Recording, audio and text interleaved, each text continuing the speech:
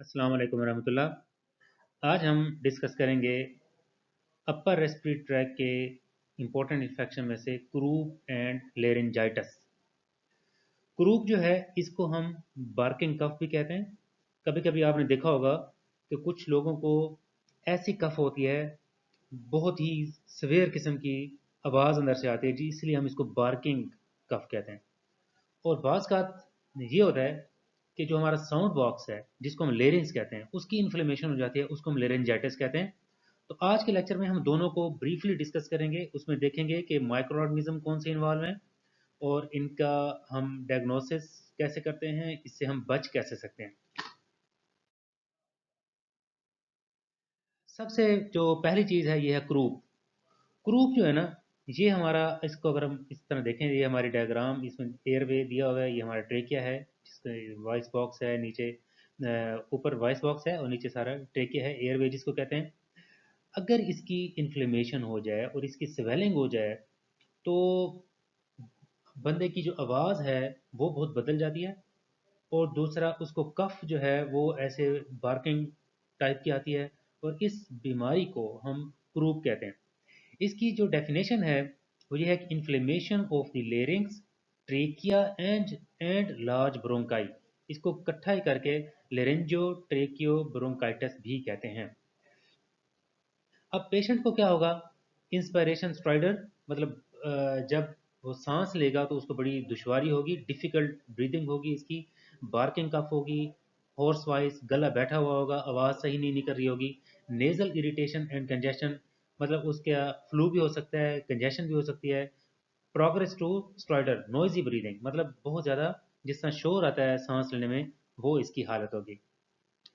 और जो pathogens involve हैं इसमें, पैरा इन्फ्लुएंजा वायरस से, वायरस टाइप 1, रेस्पिरेटरी सिंसेशनल वायरस और इन्फ्लुएंजा वायरस, इनमें से किसी से। लेकिन जो ज़्यादातर जो ये बीमारी है ये पैरा इन्फ्लुएंजा वायरस से होती है। इसकी डायग्नोसिस जो है क्लिनिकली की जाती है। साफ ज़ाहिर है, एक पेशेंट जब आएगा उसको जो टिपिकल टाइप की जब कफ होगी तो उससे पता चल जाता है कि इसको किस टाइप का या इन्फेक्शन है। इसके ट्रीटमेंट में कॉर्टिकोस्टेरॉइड्स दिए जा सकते हैं, लेकिन ज़रूरी नहीं है कि ये हर एक को दें। एंटीवायरल थेरेपी इसकी मौजूद नहीं है और इसकी कोई वैक्सीन भी अवेलेबल नहीं है। तो जो सिंपल जो प्रिकॉशंस हैं जो हम रेस्पिरेटरी इलनेसेस के लिए लेते हैं वो बहुत ज़रूरी है। इसके बाद इम्पोर्टेंट है लेरेंजाइटिस।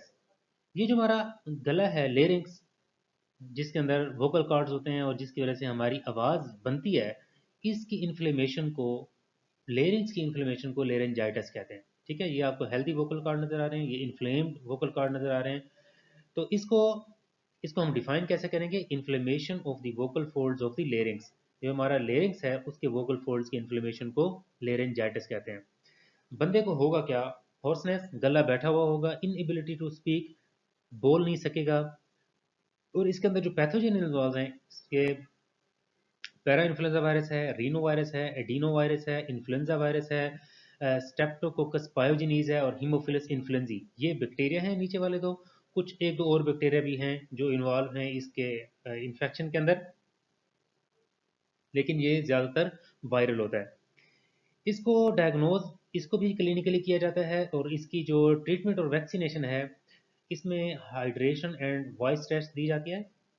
बंदा जितना कम बोलेगा उतना ज़्यादा उसको जल्दी आराम आएगा। No antiviral therapy and vaccine, viruses के अगेंस्ट इसकी कोई मेजर थेरेपी नहीं है और ना ही वैक्सीन है। जो हीमोफिलस इन्फ्लुएंजी है उसकी अगर टाइप बी वैक्सीन की जाए तो इसका जो इंसिडेंस है वो कम हो जाता है। तो ये इंपॉर्टेंट चीज़ें हैं, ब्रीफली इसको हमने डिस्कस किया है। ये बेसिकली हमारे इन्फेक्शस डिजीज़ जो हम एक सीरीज़ हमने शुरू की हुई है कि कौन कौन से ऐसे इन्फेक्शन हैं जो माइक्रोबियल ओरिजिन से रिलेटेड हैं, और उनको हम कवर करने की कोशिश कर रहे हैं। तो उम्मीद है कि आपको ये चीज़ समझ आ गई होगी। क्रूप में वो, उसमें क्या होगा, बार्किंग कफ होगी। लेरिंजाइटिस में गला बैठ जाएगा, बंदा बोल नहीं सकेगा, और ये ज़्यादातर वायरल होते हैं। और स्पेशली हमने सर्दियों में ये चीज़ ज़्यादा हो जाती है, तो इसलिए अपना आपको वार्म रखें। जिस तरह हम मुख्तलिफ ड्रिंक्स लेते हैं, हॉट ड्रिंक्स में कॉफ़ी है, कहवा है स्पेशली, अदरक और लेमन वाला, वो बहुत ही फ़ायदेमंद है इन चीज़ों के लिए।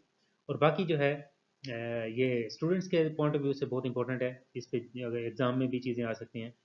अगर फिर भी कोई बात ना समझ आए तो आप पूछ सकते हैं। Thank you so much. अल्लाह हाफिज़।